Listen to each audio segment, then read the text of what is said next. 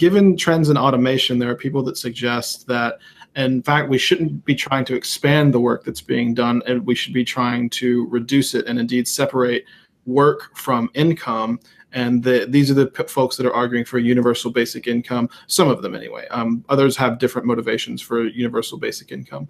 What is your sense of the debate between what seems to be kind of a debate going on between the JG advocates and UBI advocates?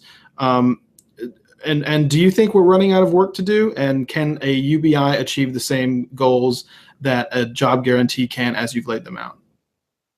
Well, I mean, that's really the crux of the matter. Have we run out of things to do? In my opinion, absolutely not. I mean, if anything, you know, our communities need more. We need more. We need stuff done.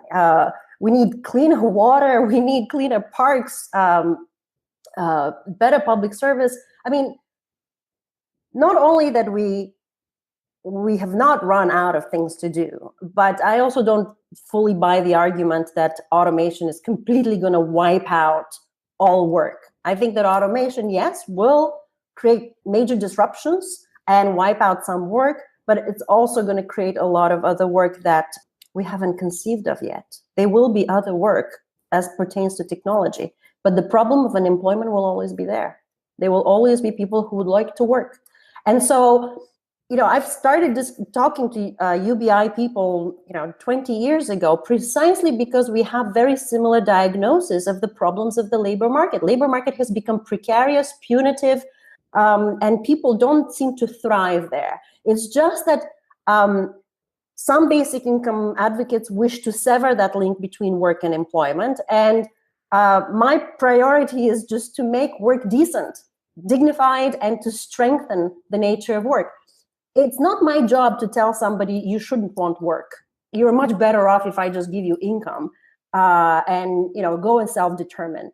My job is to recognize that somebody wants work and to design policy that will provide that opportunity.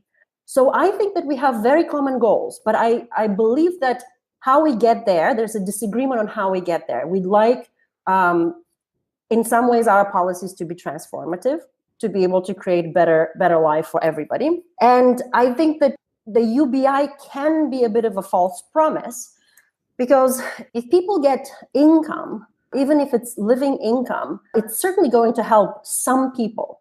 But if we operate within this power structure, within these property relations, within the current context, if tomorrow we put in place basic income, I believe that it's not going to have sort of the disruptive and transformative effect than if you strengthen the power of labor. People might be able to opt out of terrible jobs, and maybe they should, but will they be able to self-determine?